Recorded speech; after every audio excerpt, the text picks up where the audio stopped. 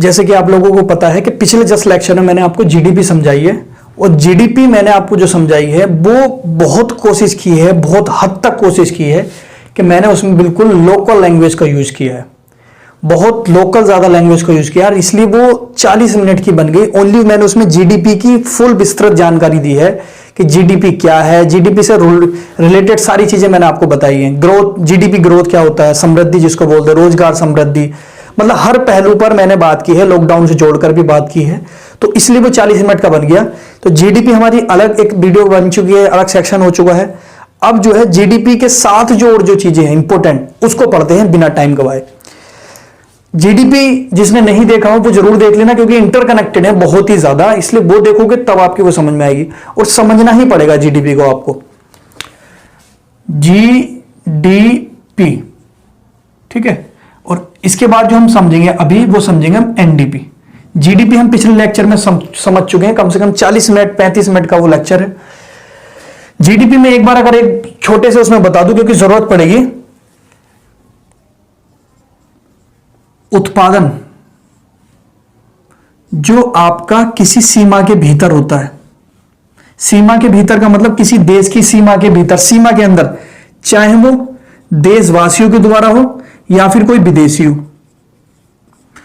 उस देश के अंदर या तो फिर कोई देशी हो, मतलब कि उस देश का ही हो, या फिर कोई विदेशी हो, दोनों मिलकर अगर कोई उत्पादन कर रहे हैं, वो उत्पादन कुछ भी हो सकता है। उस उत्पादन के मौद्रिक मूल्य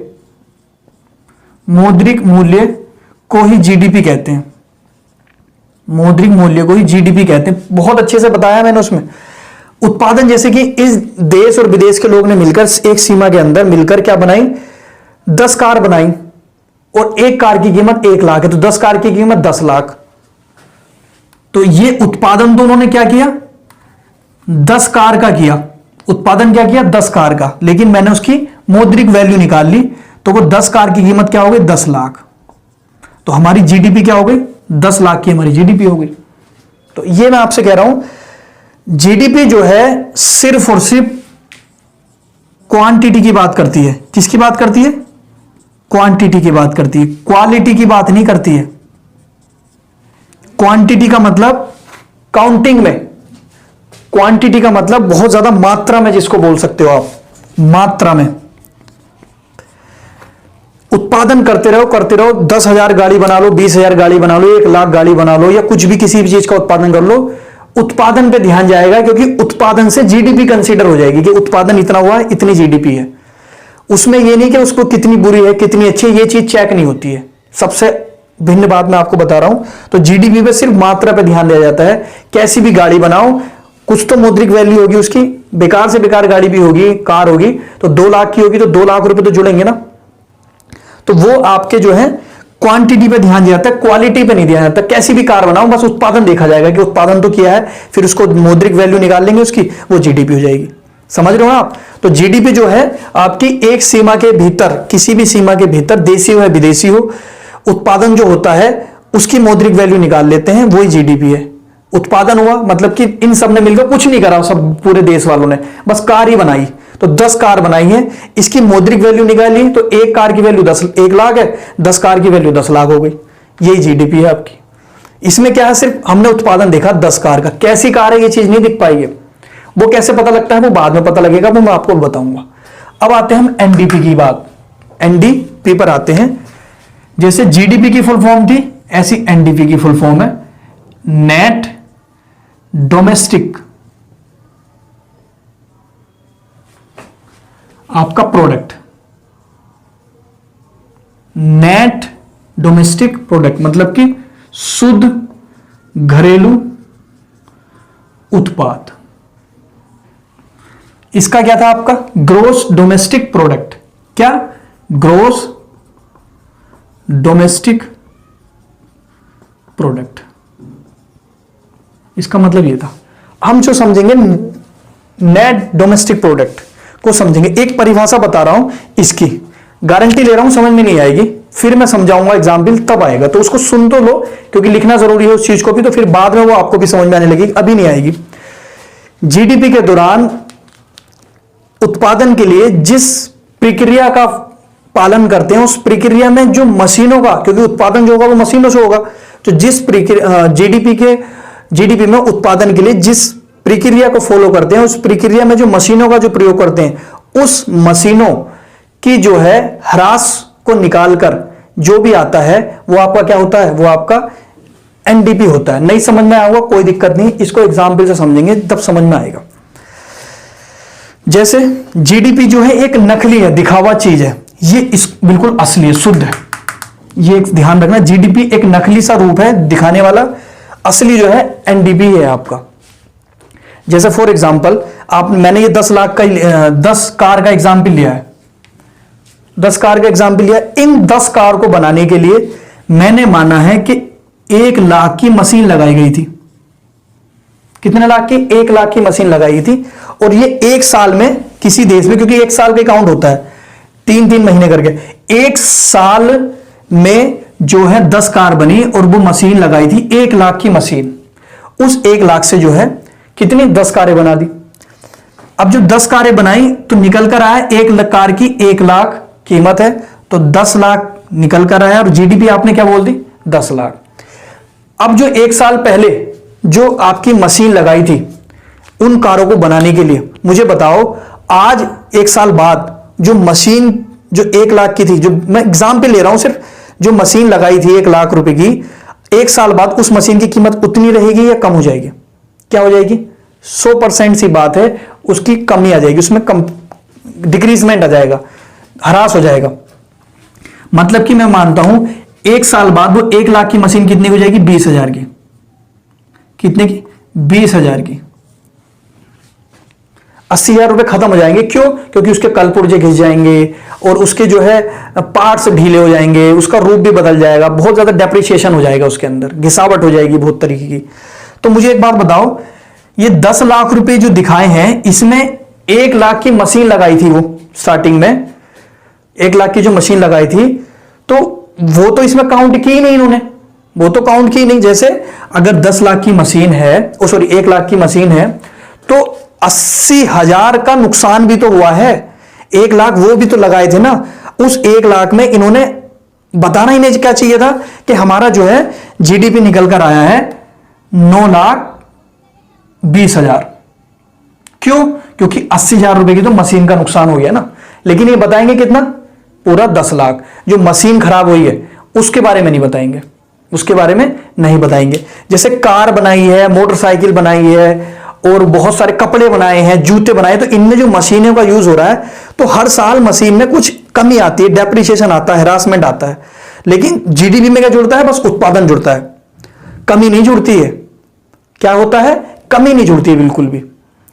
अब मैं मानता हूं, चलो ये तो चलो मैंने 1 लाख की मशीन मानी, अब 10 कार बनाई है। इस कार को बनाने के लिए 8 लाख की मशीन लगी थी। कितने लाख की? 8 लाख की मशीन लगी थी। एक एग्जाम्पल ले रहा हूं मैं, इससे थोड़ा और तकड़ा सा समझ में आएगा। 10 कार, इस 10 कार को बनाने के लिए पहले 8 लाख की मशीन बनाई थी, लगाई थी 1 साल पहले।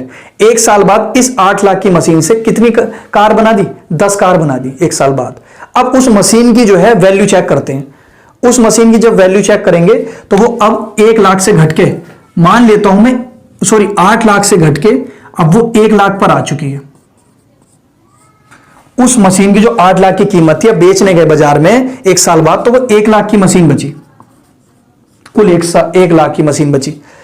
अब इन्होंने जो है इस 8 लाख की मशीन से जो 10 जो है कार बनाई थी, उस एक कार की कीमत 1 लाख है, तो वो सेम वही 10 लाख की कारें हैं।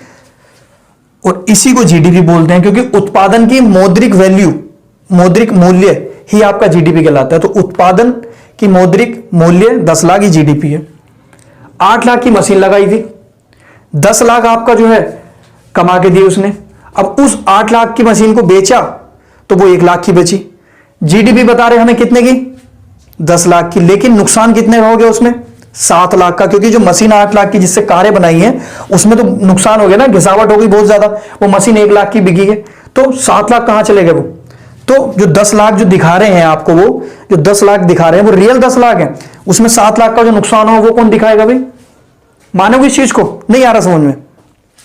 फिर एक बार समझो, 10 कार बनाने के लिए 8 लाख की मशीन लगाई है। इस 8 लाख की मशीन का जो है 1 साल बाद चेक करा तो ये 10 कारें बनी 1 साल बाद और 8 लाख की मशीन जो है चेक की कि बेचकर देखें तो वो 1 लाख की बिक रही है। 10 कार बिकी 10 लाख की, जीडीपी दिखा दी 10 लाख की, लेकिन जो वो नुकसान हुआ है वो कौन कंसीडर करेगा? जो मशीन जो बनाई थी, मशीन जो बिक गई है सस्ती, 7-8 की जगह 7 एक की बिक रही है सिर्फ, वो कौन कंसीडर करेगा? तो एक्चुअल में अगर एक्चुअल में देखो तो पूरा एक निकालो ना, मशीन का भी तो निकालो। तो ये अगर इसमें 10 लाख है, ये इसमें 8 लाख की मशीन बनाने का यूज किया हमने, 8 लाख की मशीन, 10 लाख का उत्पादन करने के लिए 8 लाख की मशीन लगाई। अब जो है 1 लाख की कीमत रहेगी 1 साल बाद उसकी, 1 ईयर आफ्टर या आफ्टर 1 ईयर, 1 साल बाद जो है 1 लाख की कीमत रहेगी उसकी ओनली। और ये जीडीपी जो है आपकी 10 लाख दिखा रहे हैं। 1 साल बाद जो है जीडीपी जो है 10 कार बनाने के लिए एक 8 लाख की मशीन लगाई और 1 लाख की एक कार, तो 10 लाख की कार बन गई। तो जीडीपी कितनी हो गई? 10 लाख। ठीक है, 10 कार बनाने के लिए 8 लाख की मशीन लगाई, 8 लाख की मशीन लगाई। 1 साल बाद दोनों में आएगा, 1 साल बाद 1 लाख की कीमत बची उसकी। कितनी कीमत? ओनली 1 लाख कीमत बची। 10 कार जो है 1 लाख की एक कार है तो 10 लाख, जीडीपी निकल कर आई 10 लाख। लेकिन मुझे एक बात बताओ, ये 10 लाख जीडीपी एक्चुअल में है या फिर वो जो 7 लाख का नुकसान हुआ है इसके बीच में, वो 7 लाख का नुकसान भी दिखाया जाए? क्योंकि ये तो रियल का है, इसमें जो नुकसान है वो तो दिखाई नहीं, उत्पादन कर रहे हो तुम बस कि उत्पादन कर दिया 10 लाख का, लेकिन उसका उत्पादन करने में जो नुकसान है वो कहां काउंट होगा? तो वो यहां पर काउंट होता है, वो नेट डोमेस्टिक प्रोडक्ट, वो यहां पर होता है। जैसे इसका एग्जाम फॉर्मूला से समझ जाओगे आप, फॉर्मूला जो होगा आपका इसका एनडीपी बराबर जीडीपी माइनस मूल्य ह्रास या फिर घिसावट, या फिर इसको बोल सकते हो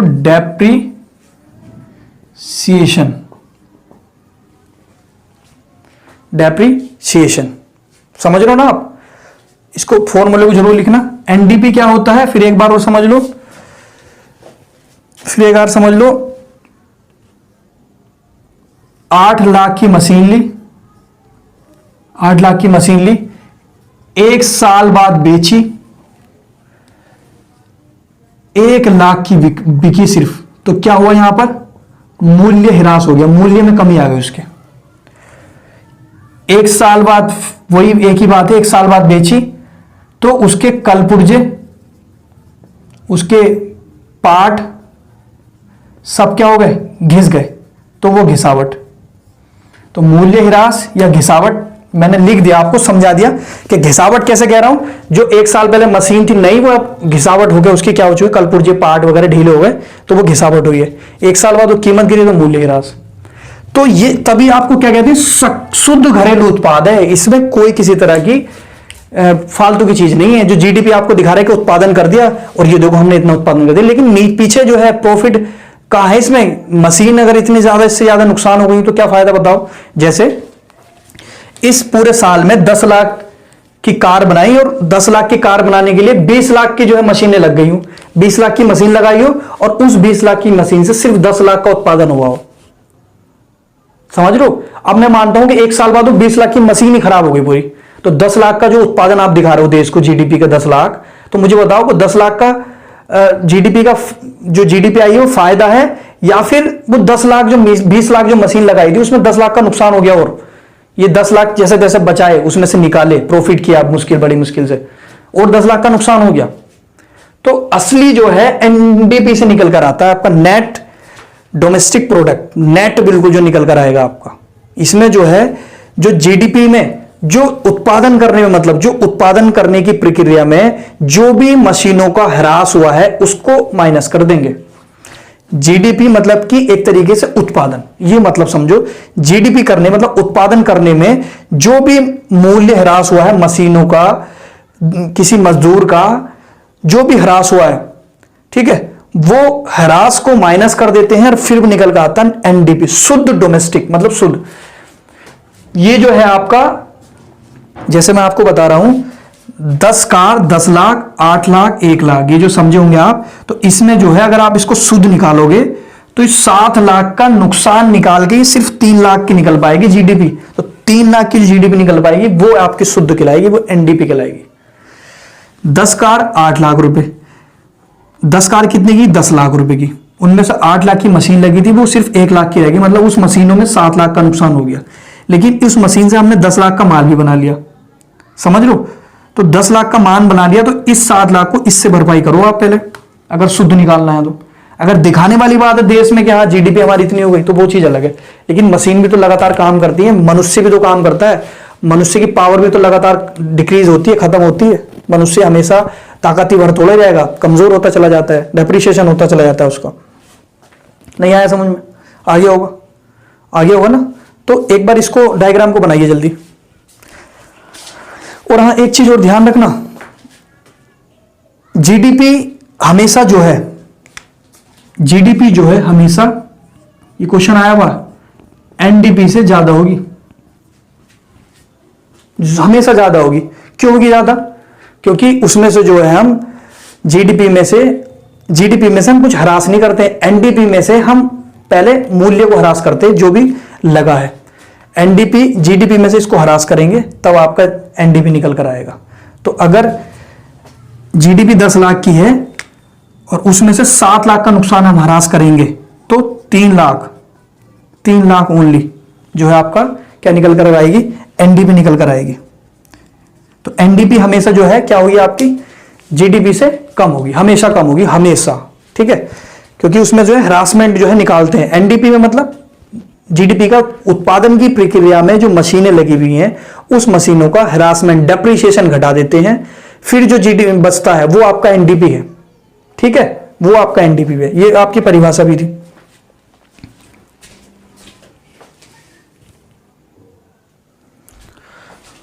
समझ में आया होगा? प्लीज अगर नहीं समझ में आया हो तो प्लीज कमेंट सेक्शन में जरूर बताना, क्योंकि थोड़ा सा मैं मानता हूं अगर दिक्कत आ रही होगी तो यहीं पे थोड़ा फॉर्मूले में आ रही होगी, नहीं तो समझ में आ चुका होगा आई थिंक। एनडीपी मतलब कि शुद्ध निकाल दो, मशीनों का जो है नुकसान हुआ है उसको हटाओ भाई, उसको क्यों जोड़ रहे हो आप? ऐसे तो फायदा गिन रहे हो, नुकसान गिन नहीं रहे हो आप। जैसे मैं ही कोई कंपनी चलाऊंगा तो मैं अपनी कंपनी में मशीन लगाई मैंने 10,000 की और उससे 20,000 का प्रॉफिट कमा लिया एक महीने में। तो मुझे बताओ 10,000 की मशीन लगी हुई है तो वो भी तो मैं करूंगा, मैं 20,000 का प्रॉफिट थोड़ी दिखाऊंगा। मैं दिखाऊंगा मेरी 10,000 की मशीन बची है पहले, उसके पैसे बस सिर्फ 10,000 का दिखाऊंगा। जीडीपी में ऐसा नहीं होता, उसमें 20 का उत्पादन दिखा देगा कि 20,000 कमाए, नहीं, 10,000 पहले अपने जो उसमें लगाए हैं आपने वो तो माइनस करो, जो आपने मशीन लगाई है वो इसमें हो जाता है।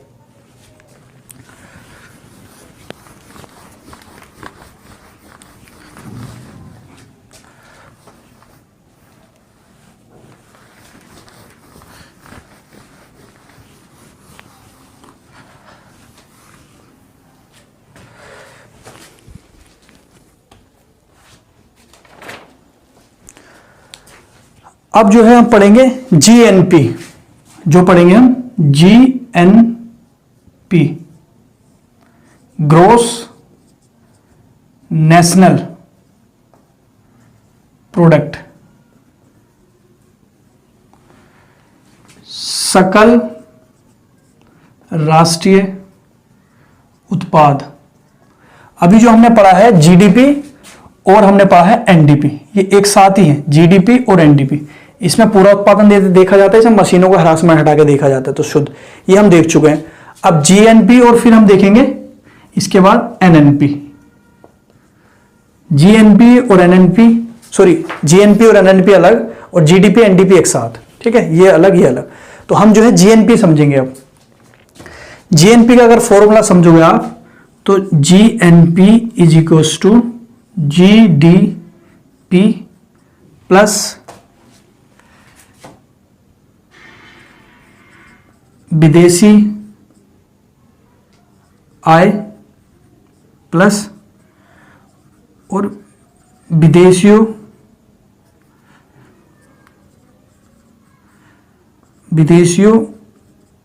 की आय माइनस, ये आपका फॉर्मूला हो गया। अब कैसा फॉर्मूला हो गया समझ नहीं आया हुआ, चलो इसकी बात करते हैं। जीएनपी क्या होता है? जीएनपी आपका होता है किसी देश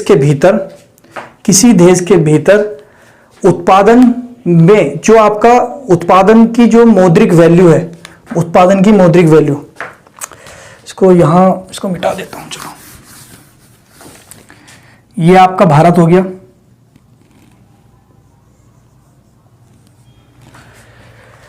किसी देश की सीमा में उत्पादन, सेवाओं एवं वस्तुओं की मौद्रिक मूल्य जिसमें विदेशी आय जुड़ी हो, बस ये ध्यान रखें, जिसमें विदेशी आय जुड़ी हो। हमारे देश में जो है आपको पता है उत्पादन होता है, जीडीपी में जो होता था उसमें जो भारत की सीमा के अंदर जो भी उत्पादन हो रहा है वो काउंट होता था, चाहे वो देसी करे चाहे वो विदेशी करे। लेकिन जीएनपी में क्या होता है, भारत की सीमा के अंदर भी और बाहर भी, दोनों जगह अगर कोई भारतीय विदेश में काम करता है और वहां से पैसे कमा के भारत में भेजता है तो वो जीएनपी में जुड़ेंगे। वो क्या होंगे, जीएनपी में जुड़ेंगे। भारत से बाहर वो काम करता है, कोई बिजनेस है, कोई कंपनी है, तो वहां वो काम करता है तो वो पैसे जो भेजता है वो भारत की जीएनपी में जुड़ते हैं, वो जीएनपी निकलती है उससे। लेकिन ऐसे ही कोई अगर विदेशी कंपनी है, अमेरिका की कोई कंपनी है, यूरोप की कंपनी है या कहीं और की कंपनी है, वो यहां से कमाती है तो वो आपका नहीं जुड़ेगा। जीडीपी में क्या होता था, जुड़ता था। एक एग्जाम्पल से इसको समझते हैं। रिलायंस की कंपनी है, इसने जो कंपनी अपनी बांग्लादेश में ओपन की कंपनी। अब बांग्लादेश में इसने जो प्रॉफिट कमाया, बांग्लादेश के अंदर इसने जो प्रॉफिट कमाया इस कंपनी ने, वो जो है जीएनपी में जुड़ेगा, वो जीएनपी में जुड़ेगा। लेकिन ये ध्यान रखना, यही रिलायंस कंपनी अगर है तो रहेगी, अगर जीडीपी में जोड़ो आप तो जीडीपी में नहीं जुड़ेगा। जीडीपी में जोड़ने का मतलब है कि वो घरेलू सीमाओं में उसका उत्पादन हुआ है, ये बांग्लादेश में हुआ है। तो ये जो कहती है आपकी जीएनपी, रिलायंस कंपनी अगर बांग्लादेश में है तो वहां जो प्रॉफिट होगा तो वो जीएनपी में जुड़ेगा, जीएनपी में जुड़ेगा, ना कि जीडीपी में। जीडीपी में नहीं जुड़ता है, जीडीपी में सिर्फ जुड़ता है जो घरेलू सीमाओं में है। इसी तरीके से आपका ये कंपनी चाहे आपकी सऊदी अरब में खोली हो इन्होंने, उसका प्रॉफिट भी कहां जुड़ेगा, जीएनपी में जुड़ेगा, जीडीपी में नहीं जुड़ेगा। भले ही भारतीय कंपनी है लेकिन अगर जीएनपी में जुड़ेगा, जीडीपी में नहीं जुड़ेगा। लेकिन मैंने आपको बताया था ऐसी कोई अमेरिकी कंपनी है और अमेरिकी कंपनी जो है भारत में स्थित है, तो भारत की जीडीपी में वो जुड़ेगी क्योंकि भारत में स्थित है, भारत की टेरिटरी में स्थित है, भारत की सीमा में स्थित है, तो उसका प्रॉफिट भारत के जीडीपी में जुड़ता है क्योंकि भारत में उत्पादन होता है, उससे जीडीपी में जुड़ेगा। लेकिन ये अमेरिका कंपनी अब जो है इसका उत्पादन भले ही होता हो भारत में, लेकिन ये जीएनपी में नहीं जुड़ेगी, जीएनपी में नहीं जुड़ेगी। मेरे कहने का मतलब यह है कि आपका कोई विदेश से आय अर्जित करके अगर भारत में भेज रहा है तो वो भारत की जीएनपी में जुड़ती है। कोई विदेशी अगर यहां से आय करके बाहर भेज रहा है तो वो नहीं जुड़ेगी, वो जीएनपी में नहीं जुड़ती, वो माइनस हो जाती है। वो क्या हो जाती है, माइनस। तो विदेशी कंपनी जो यहां पर आय कर रही है वो तो माइनस हो जाएगी, लेकिन यहां की कंपनी, भारत की कंपनी कोई विदेश में आय कर रही है, इनकम कर रही है, तो वो जुड़ जाएगी। इस चीज को ध्यान रखना। कोई अमेरिकी कंपनी, यूरोपीय company, Saudi company, Bangladeshi company अगर यहां पर है तो वो जीडीपी में तो जुड़ेगी लेकिन आपकी जीएनपी में नहीं जुड़ेगी। जीएनपी में जो है विदेशी आय को घटा दिया जाता है, या विदेशियों के द्वारा जो आय होती है वो घटा दिया जाता है। कंपनी छोड़ो, अगर कोई काम करने आया है, बांग्लादेश विदेश है, नेपाल यहां से कोई काम करने आया है, भूटान वगैरह से, तो इनकी जो है नहीं जुड़ेगी, वो निकाल दी जाएगी, जीएनपी में निकाल दी जाएगी। लेकिन अगर हमारे यहां का इनके देश में गया है तो उसके द्वारा जो अर्निंग की गई है, या फिर सऊदी में गया है, सऊदी में जो अर्निंग की गई हमारे के द्वारा, वो हमारी जीएनपी में जुड़ती है। जीडीपी में सिर्फ वही जुड़ेगी जो एक टेरिटरी हमारी भारत की सीमा में उत्पादन करता है, कोई भी हो, चाहे वो विदेशी हो या देशी हो। तो जीएनपी आपका है, तो इसलिए मैं क्या कह रहा हूं, जीएनपी जीडीपी प्लस विदेशी आय। विदेशी किसके, भारतीय द्वारा, जो भारत है और भारतीय है विदेश में आय कर रहा है, भारतीय कंपनी है, भारतीय वर्कर है जो गल्फ कंट्री में है, वो जीएनपी में जुड़ता है। लेकिन इसी में कोई विदेशी है, वो यहाँ के इनकम कर रहा है, तो वो तो ले जाएगा अपना, तो वो नहीं जुड़ेगा। तो माइनस जो हो जाता है विदेशी आय, विदेशियों की आय जो है माइनस हो जाती है। ठीक है, विदेशियों की आय जो है माइनस हो जाती है। इसमें जो है आप ये ध्यान रखना, इसमें हमारा जो है अगर जीएनपी बढ़ रहा है, जीएनपी अगर बढ़ रहा है, इसको ध्यान रखना, तो गुणवत्ता बढ़ रही है। जीएनपी अगर बढ़ रही है तो गुणवत्ता बढ़ रही है। वो कैसे, जीएनपी अगर बढ़ रहा है, गुणवत्ता अगर बढ़ रही है, तो इसलिए हमारी कंपनी विदेश में है, हमारी कंपनी विदेश में, रिलायंस कंपनी मैंने वाली है विदेश में है। विदेश में भले ही है हमारी रिलायंस कंपनी, लेकिन वो हमारे जीएनपी में जुड़ती है। अगर वो अच्छा परफॉर्म कर रही है वहां पे, किस मात्रा में, गुणवत्ता के मामले में, इसमें क्योंकि गुणवत्ता चेक होती है, तभी वो परफॉर्म कर रही होगी, तभी वहां से अर्निंग कर रही होगी, अर्निंग कर रही होगी तो जीएनपी में जुड़ रही होगी, जीएनपी जुड़ रही होगी तो जीएनपी बूस्ट कर रही होगी। तो जीएनपी अगर बढ़ेगी तो इसका सीधा सा मतलब है गुणवत्ता बढ़ेगी, बढ़ रही होगी या बढ़ी होगी। रिलायंस कंपनी अगर अच्छा कहीं परफॉर्म करेगी तभी तो वहां पर पैसा कमाएगी, गुणवत्ता बढ़िया होगी, क्वालिटी बढ़िया होगी। जीडीपी में जो है क्वालिटी नहीं देखते, क्वांटिटी देखते हैं सिर्फ। जीएनपी में आपकी क्या देखते हैं, क्वालिटी। जीडीपी में क्या देखा जाता है, क्वालिटी। अगर आप विदेश में कोई कंपनी खोले हुए हो तो वो क्वालिटी बढ़िया होगी तभी तो परफॉर्म करेगी वो। और अगर जीएनपी आपकी बढ़ रही है तो इसका मतलब यह आपकी जो विदेश से जो अर्निंग है वो बढ़िया हो रही है, और वो इसका मतलब वो वहां पे परफॉर्म अच्छा कर रही है, अच्छा बेस्ट कर रही है, इसलिए जो है गुणवत्ता वहां की बढ़ी हुई है। तो इसलिए जीएनपी बढ़ेगी तो इसका मतलब यह है गुणवत्ता बढ़ेगी। जैसे ये अगर रिलायंस कंपनी बांग्लादेश में है, जीएनपी बढ़ रही है, इसका मतलब जीएनपी बढ़ने का मतलब यह है विदेशी आय बहुत आ रही है। जीएनपी बढ़ने का मतलब यह है विदेशी आय। जीडीपी तो वही है जो अपनी निकल गई, मैंने माना 3000 की जीडीपी निकल गई, इसमें अगर विदेशी आय जोड़ेंगे तो बहुत होगी विदेशी आय, तो वो जुड़ेगी तब होगा हमारी जीएनपी बहुत ज्यादा बन जाएगी। क्या बन जाएगी, बहुत ज्यादा बन जाएगी। तो वो बहुत ज्यादा कैसे बनेगी, जब रिलायंस कंपनी या इंडिया की कोई कंपनी बांग्लादेश सऊदी अरब में इसमें परफॉर्म बहुत अच्छा करेगी। अब परफॉर्म कब करेगी, जब गुणवत्ता बहुत बड़ी होगी, क्वालिटी बहुत बढ़िया होगी। तो ये जो जीएनपी बढ़ना जो दिखाता है गुणवत्ता की, गुणवत्ता दिखाता है। जीडीपी में सिर्फ क्या देखी जाती है, क्वांटिटी, मात्रा देखी जाती है। बनाते रहो, बाद में क्वालिटी देखना, क्वालिटी वोलिटी कुछ नहीं है। देखो समझ लो आप, इसको बनाओ जल्दी से।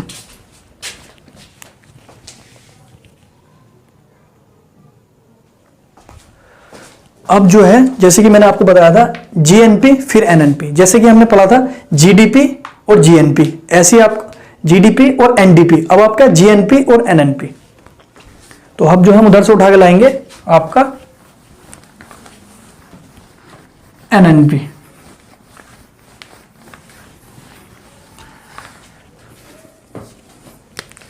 इधर ले आता हूं मैं से। तो एनएनपी की फुल फॉर्म पहले, सबसे पहले नेट नेशनल प्रोडक्ट, प्रोडक्ट, ठीक है, शुद्ध राष्ट्रीय उत्पाद, शुद्ध राष्ट्रीय उत्पाद।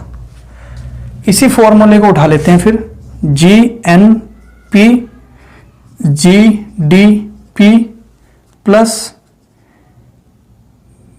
विदेश से आय जो होती है हमें, माइनस जो विदेशी यहां से करके ले जाते हैं, विदेशी जो यहां से आय करके ले जाते हैं वो माइनस कर देते हैं। विदेश से आय जो हमें होती है और विदेशी आय जो यहां से करके ले जाते हैं उसको माइनस कर देते हैं, वो नहीं जुड़ेगी क्योंकि वो तो ले गए ना, तो वो जीएनपी। अब इसको एनएनपी बोलेंगे क्योंकि फॉर्मूला जो है एनएनपी का निकल कर आएगा। इसमें क्या करना है, बस माइनस मूल्य ह्रास, बस ये तभी तो नेट निकल कर आएगा। जैसे उसमें जीडीपी का आपका क्या निकल कर आया था, एनएनपी, ऐसे आपका जीएनपी का एनएनपी, इनका शुद्ध रूप निकालना है, मूल्य ह्रास या घिसावट। बिल्कुल सेम प्रोसेस है। मुझे एक बात बताओ, हम जो है विदेशियों की आय हमने देख ली कि बहुत हो गई, लेकिन वो विदेशियों की आय होगी, कंपनी वहां पे उन्होंने लगा रखी होगी ना, तो वो कंपनी जो विदेश में उन्होंने लगा रखी है, इसका तो ठीक है कि इसमें हरास होगा तो वही निकल कर आएगा जो मैंने आपको बताया था, एनएनपी। इसी तरीके से जो विदेशों में जो कंपनियां हैं उनमें भी तो हरासमेंट होता है। आप ये थोड़ी कि वहां कंपनी नुकसान हो रही है, वहां पर कंपनी में घिसावट हो रही है, मूल्य ह्रास होता है। जो कंपनी 2 लाख की थी अब वो 50,000 की बची है, वो तो काउंट करा नहीं रहे हो। बस ये है कि उधर से पैसे जो आ रहे हैं उसको जो है यहाँ पे जीएनपी में जोड़ रहे हो, साथ में आपको वो भी जोड़ना पड़ेगा जो आपका ह्रास हो रहा है, तभी आपका शुद्ध निकल कर आएगा कि प्रॉफिट नेट हमारा ये है।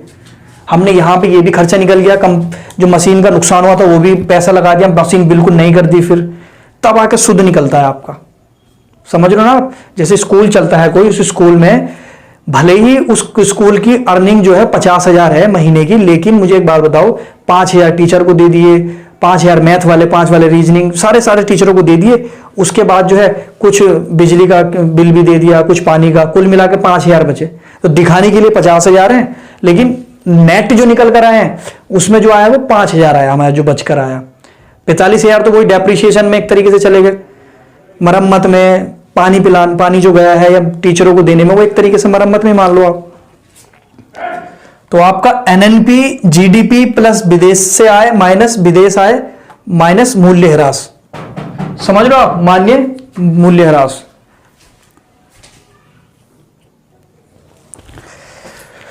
तो आपका जो है मैं आपको बता रहा हूं यही सेम, आप इसको प्लीज ध्यान रखना। अगर इसको और शॉर्ट करोगे आप तो देखो एनएनपी को किस तरीके से शॉर्ट कर सकते हो आप। एनएनपी को जो शॉर्ट कर सकते हो, जीडीपी विदेश से आए और माइनस विदेशियों की आय।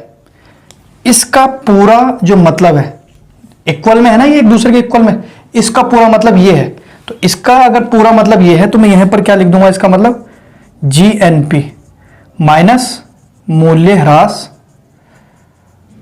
और ये घिसावट। एक ही बात है, समझाने के लिए कर रहा हूं सिर्फ।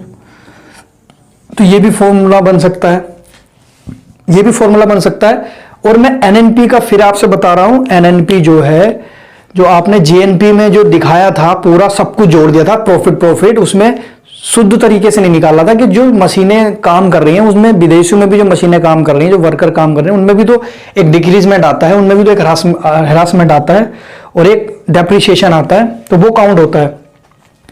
एनएनपी में वही आपको मैं बता रहा हूं कि निकल कर आता है। इसी को क्या बोलते हैं आप, इसी को राष्ट्रीय आय भी बोलते हैं। इसको क्या बोलते हैं, राष्ट्रीय आय, नेशनल इनकम इसी को बोलते हैं। एनएनपी को ही नेशनल इनकम बोलते हैं। जैसे मैंने मान लिया, फिर मैं आपको बता रहा हूं, एनएनपी का मतलब जीडीपी विदेशी आय माइनस विदेशी, जैसे समझते हैं इसको। फिर जीडीपी हमारी जो है, मैंने मान लिया 2,000 रुपए की जीडीपी आई, 2,000 रुपए की जीडीपी आई, उसमें विदेशी आय जो आई वो 1,000 आई, और आपकी जो जीडीपी 2,000 की आई थी, अब उनमें से 500 रुपए जो कमा के दिए थे वो विदेशियों ने कमा के दिए थे यहां पर, तो वो 500 रुपए यहां पर माइनस करोगे तो यहां कितना लिख दोगे, 1,500 लिख दोगे। या फिर ऐसी माइनस कर लो, 2,000 की जीडीपी आई और विदेशी आय जो है निकालोगे, फॉर्मूला गलत हो जाएगा, इसको रहने दो, इसको ऐसी समझो नहीं तो दिक्कत पड़ जाएगी। तो मैं आपसे ये कह रहा हूं कि जीएनपी में जो आपको दिखाया जा रहा है कि जीडीपी प्लस विदेशी आय जो हमारे द्वारा विदेशों में आय की जा रही है, और जो विदेशों के द्वारा जो यहां पर आय की जा रही है उसको घटा दो, विदेशों में जो हमारे द्वारा जो आय की जा रही है उसको जोड़ दो। अब जो एनएनपी निकल कर आएगा वो नेट निकालना होगा। जो हमारे द्वारा जो विदेशों में आय की जा रही है, जो फैक्ट्री लगी है, जो कंपनियां लगाई हैं हमारे द्वारा, या जो वर्कर हैं, उनमें एक हरासमेंट आता है, एक डिक्रीजमेंट आता है, कंपनी में, फैक्ट्री में, एक मशीनों में जो है आपका हरासमेंट आता है, एक डेप्रिसिएशन आता है। तो वो आपका डेप्रिसिएशन ही घटाना है, सिर्फ आपका क्या करना है, डेप्रिसिएशन। उस जीएनपी के अंदर से जो जीएनपी आपको दिखा रही है उसमें से जो है मूल्य ह्रास घटा देना है, वो रियल आ जाएगी। जैसे एनएनपी इजिकल्स टू जीएनपी जो है, मैंने मान लिया कि वो कम से कम वो जीडीपी से ज्यादा होगी, ये भी ध्यान रखना आप, जीडीपी से ज्यादा होती है लगभग। जीएनपी जो है आपकी 30,000 है, मूल्य ह्रास जो है इसमें 10,000 का हो गया। तो आपका जो निकल कर आएगा वो 20,000 निकल कर आएगा। कितना निकल कर आएगा? 20,000। तो एनएनपी जो होगी शुद्ध इनकम होगी। शुद्ध इनकम का मतलब, या फिर ऐसे बोल सकते हो नेशनल इनकम, इसी को बोलेंगे आप, राष्ट्रीय आय इसी को बोलेंगे, राष्ट्रीय आय इसी को बोलेंगे। कैसे बोलेंगे? हमारी जो है, मैंने मान लिया 20,000 रुपए है एनएनपी, इसी को राष्ट्रीय आय बोलते हैं।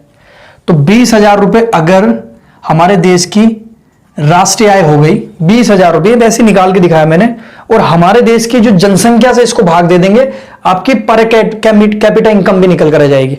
ये आपकी नेशनल इनकम, इसी को एनएनपी को ही नेशनल इनकम भी बोलते हैं, ये भी ध्यान रखना। एनएनपी नेशनल इनकम का मतलब राष्ट्रीय आय। तो इसी एनएनपी को आप जब उस देश की, जिस देश की एनएनपी है, उस जनसंख्या से भाग दे दोगे, तो आपका क्या आ जाएगा? उस देश की पर कैपिटा इनकम, मतलब कि प्रति व्यक्ति आय आ जाएगी, कि प्रति व्यक्ति वहां का कितने कमाता होगा।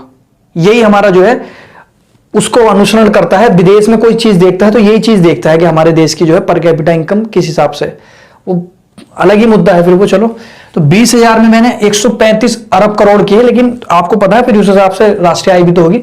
तो मैं कुल जो है इसकी 100 मान लेता हूं। 100 क्या मान ली मैंने? जनसंख्या मान ली भारत की। इसको इससे काटा, इसको इससे काटा, तो इन 100 की जो इनकम होगी वो पर व्यक्ति जो है 200 रुपए होगी। पर व्यक्ति कितनी होगी? 200 रुपए होगी मात्र। तो ऐसे आपकी नेशनल इनकम भी निकलती है, एनएनपी को नेशनल इनकम बोलते हैं, और ऐसे आपकी पर कैपिटा इनकम, प्रति व्यक्ति आय निकलती है। आई होप समझ में आया होगा आपको। जीडीपी, एनडीपी, जीएनपी, एनएनपी, ठीक है।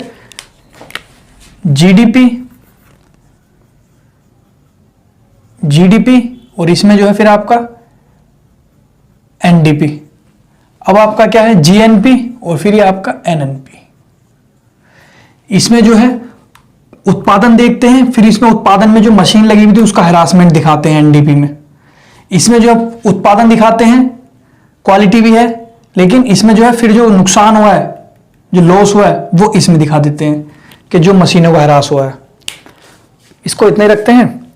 नहीं समझ में आया होगा तो कमेंट करके बताना, अगर समझ में आ गया तो बताना, नहीं तो अगर नहीं आया होगा तो मैं सीरियसली बता रहा हूं आपके लिए फिर एक से नई वीडियो बना दूंगा मैं इसके लिए, क्योंकि बहुत इंपॉर्टेंट है।